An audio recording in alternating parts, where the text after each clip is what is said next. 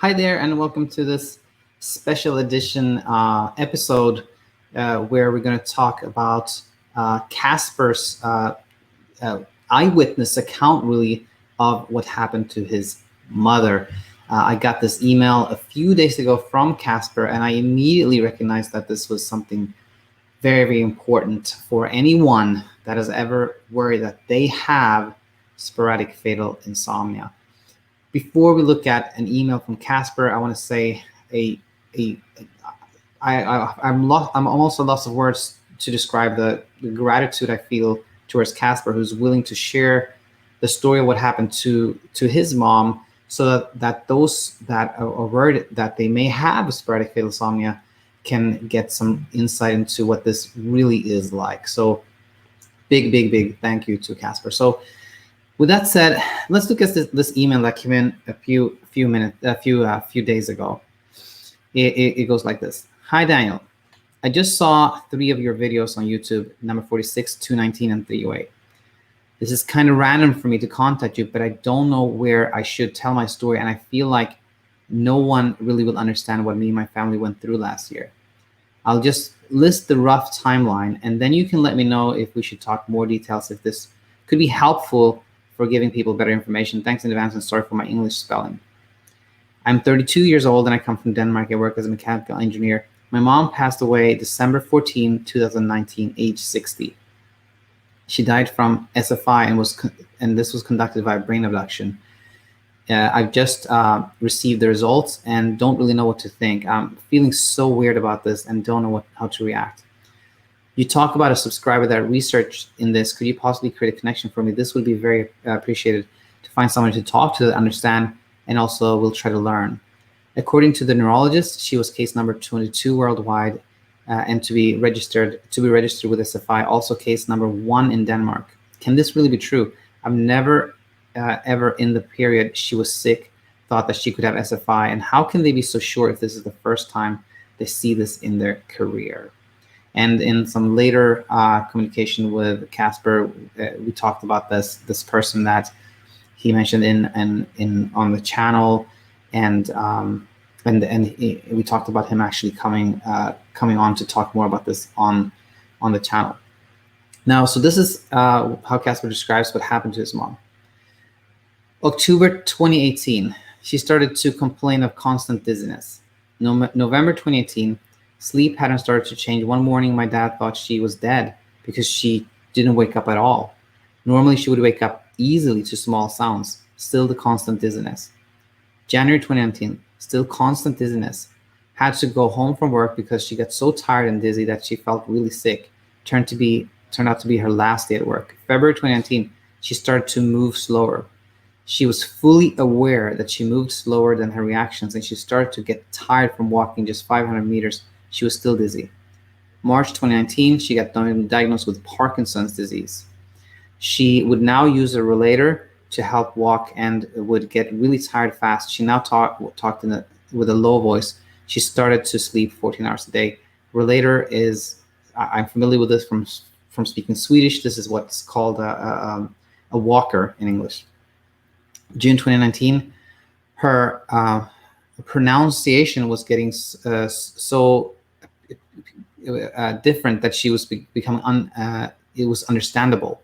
She was fully aware that what she understands, she was trying, so it was not the same things that she said. Something was clearly not good. She now got diagnosed with Parkinson plus. She also now had lost her balance and she started falling. She later that month lost her balance and fell to the floor and broke her hip and shoulder. August 2019, she was diagnosed with chronic with Creutzfeldt-Jakob disease, CJD, on the 19th of August. She was told she now was terminal. The day was the first day I ever heard of CJD. She would only use the wheelchair and was in bed. She was sleeping for 16 hours every day and was constantly tired and confused. From now, things went fast, and she made small changes every day to the worse. From August to December, my sister took care of her at home 24/7. She slept roughly 20 hours a day and would have installations and saw things, hallucinations and saw things that wasn't there. She kind of acted like a 6-month-old baby. This was so brutal that I can't describe this now. December 2019, she lost all her ability to sense. If we would try to get her to the toilet or up from bed to get something to eat, she could not cooperate at all. She went to hospital and passed away 3 days later. July 2020, the report was ready for her autopsy. She died due to sporadic fatal insomnia. I was told they could determine the diagnosis from looking at the specific proteins. They will write an article in the Danish Science magazine. Otherwise, this case will not be told. It was like she never really noticed she was sick. Thanks. If you read my timeline, it was nice to go back in memories and put words to what happened. So as I said earlier, when I read this email, I immediately recognized that this was something very important for people out there who are so concerned about having sporadic fatal insomnia. And there was absolutely no question in my mind that this was an authentic story. You know, it describes what I would expect would be the pattern of somebody who has sporadic fatal insomnia. So the reason I really felt that this was important were for a couple of reasons. I listed 3 of them that I thought you know, again would be really important to talk about. Number 1, there was actually no insomnia in this story, none at all. Insomnia means having this struggle to sleep. You know, I can't fall asleep. I don't know what's going on. I am awake all the time. You know, the awareness of not being able to sleep. You know, not finding anything that can make you sleep. So that struggle is insomnia. And in this story that Kasper tells of his mom passing away, there was no insomnia. And this highlights what I've been talking about for a long time, that there's a lot of confusion here. When it comes to fatal familial insomnia, sporadic fatal insomnia, there is no, they are not insomnias. They were mislabeled from the beginning. So that's, I think, a really important learning point. There was no insomnia. There's no insomnia in this story. In fact, as Kasper said, and what we have talked about earlier on this channel, his mom spent 16 hours a day in this sleep-like state.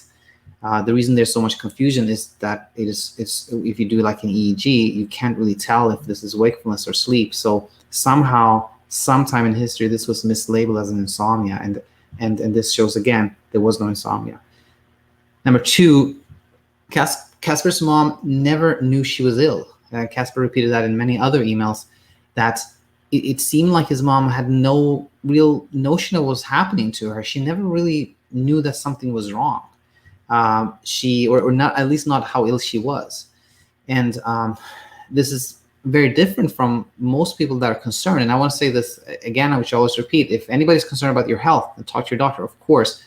But most people that are concerned about having sporadic fatal insomnia are acutely aware of what's happening. You know, are often aware of like every twitch and like you know, the how little sleep they're having, and how you know, different the sleep type of sleep is, and those type of things.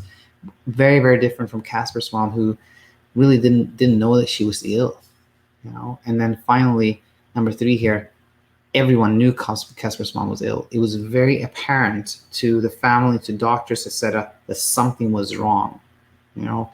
And these 2 last things we talked about here are very different from most people that are concerned that they have sporadic fatal insomnia, who are very, very concerned themselves and are noticing a lot of things themselves. But to other people, you know, it doesn't seem to be something apparently wrong. Most people are told, you're just anxious, there's nothing going on. And in Kasper's mom's case, the total opposite. Everybody knew something was wrong. Kasper's mom didn't really realize something was wrong. So I'm going to end here, and I want to say that there's some other emails that Kasper has shared that I think contain very similar, you know, information and description of what I believe SFI truly is like. And Kasper has said that he will actually come on and talk about this, which is again such a you know, priceless gesture to this community that he's willing to do that. So I'm deeply grateful. So I hope to anyone that's been concerned about, you know, having SFI, that this will help, and we'll have Kasper back here to share more of the story that I think will be really helpful. So again, super, super grateful to you, Kasper, and look forward to talking to you.